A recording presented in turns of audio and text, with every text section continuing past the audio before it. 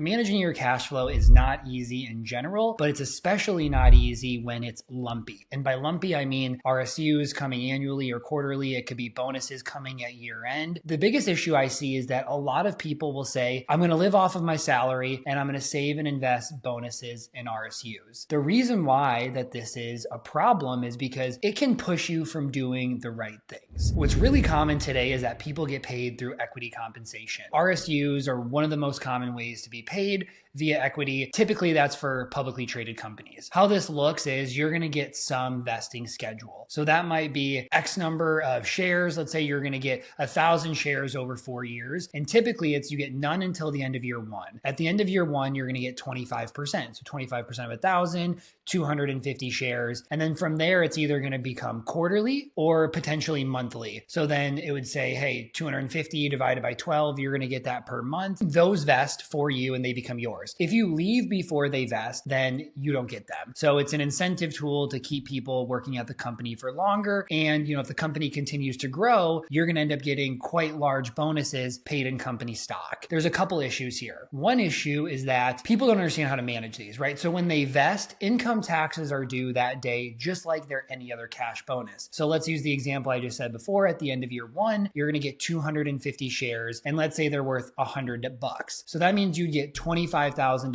on that date. What that means is then they're going to withhold for you typically at a flat 22% for taxes. So they're going to say, we'll sell what is equal to 22% in shares. You're going to keep the rest of those shares. It sounds easy to manage, but in general, it's not because of the tax liability. So in this example, the RSUs aren't really that big, but let's say that instead of being in the 22% bracket like the withholding is doing, you're in the 37% bracket. Well, you're going to withhold 15% less than you need to on that bonus. And sure, for $25,000, that's only going to be like 3,750 of a shortfall. So that makes it a little bit easier to manage, but a lot of the clients that I work with are getting paid $300,000, $500,000, $1 million or more in RSUs per year. And so what ends up happening is, let's use the example of $500K. If you under withhold by 15%, and note, this is just Fed, it could also be off on state, but 15% on $500,000, that's a $75,000 shortfall. If you have a $75,000 shortfall, you're really at this position where you're like, okay, that's a lot. If I don't plan for this, when April rolls around, I'm going to be very, very short. But on top of that, you might have underpayment penalties. So I've talked about this a lot. Basically, you have to hit safe harbor numbers. Safe harbor means you paid 110% of your last year's tax liability or 90% of this year's tax liability, and you pay it equally through quarters unless you pay your tax person to annualize those payments. So let's assume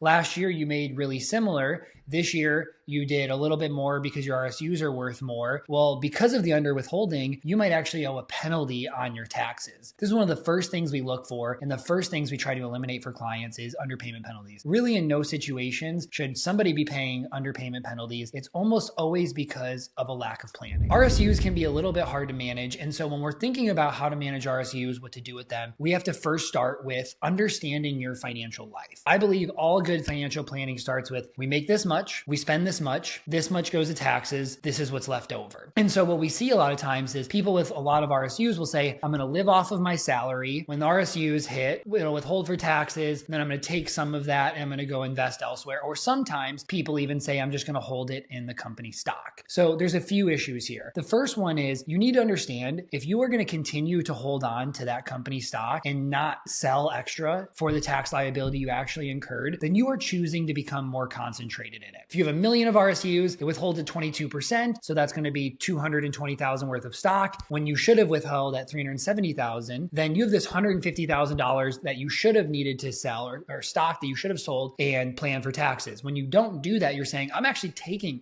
$150,000 from somewhere else and choosing to even go buy more stock, which is just going to make you even more concentrated. And in very few cases do I see that make sense. So issue number one is that. The issue number two, when you plan this way, oftentimes people end up not saving into their 401k, doing their ESPP, maxing out their HSA, all these other intra-payroll savings and investments because they don't have the cash flow. They say, hey, I need all of this income to cover my bills, so I can't go and do the right things through my paycheck. This is definitely something that you want to avoid. So if we go back to the four things we need to look at, your total income. So total income, let's say, hey, we have 500,000 of RSUs, 500,000 of income, we make $1 million. $50,000, right? Now, what do we owe in taxes on that? Let's say this person's at an effective 33%. So they owe $330,000 in taxes. They have $670,000 left over. And let's say they spend $370,000 a year to make this easy. They have a $300,000 surplus. So now knowing that, we can really think about how do we best plan? Sure, on that $500,000 salary based on your expenses, after taxes, after 401k, after ESPP, after HSA, etc., you might be in a shortfall. And that is totally okay, because when those RSUs vest, we're going to do two things. One, we're going to carve out the tax liability, right? So they already withhold the withholding amount. That might be 22%. We're going to say, hey, we need to get another, it just depends on the person. Let's just say in this example, it's another $75,000 more. We're going to sell, we're going to carve out that $75,000. We're going to throw it in a high yield savings account allocated just for taxes. And then we're going to pay that quarterly if we need to, or if we're already above safe harbor, we're going to save that for April and pay it for tax time. The second thing that we're going to do is we're going to go throw the amount of money we need in a pay account. So let's say that after doing all of the right things through payroll, you're at a $50,000 deficit per year. What you're going to do is you're going to save,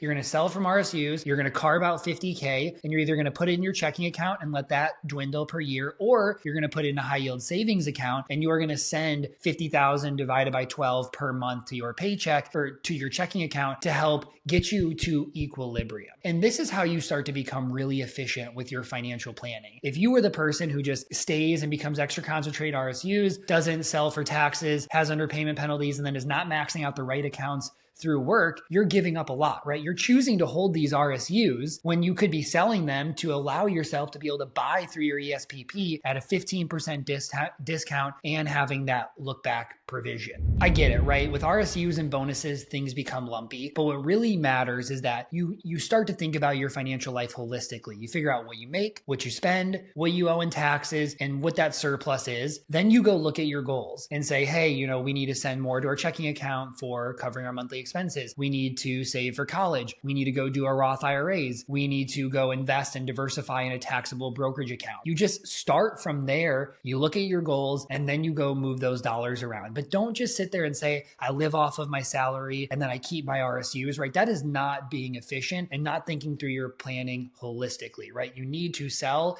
and get the tax liability right. You need to avoid those underpayment penalties. And now you've created a great financial system that is effective and efficient. At the end of the day, right, RSUs are a cash bonus. You want to think about it that way. If you want to buy that company's stock, and you would if it was cash, then hold it. If you don't, sell it. But either way, make sure you carve out the right amount for your tax liability. Thank you for watching. If you enjoyed this video, please leave a like and go follow my page for more personal finance content. And as always, if you have any thoughts, please leave it in the comments below, and I promise to get back to each individual comment. See you next week.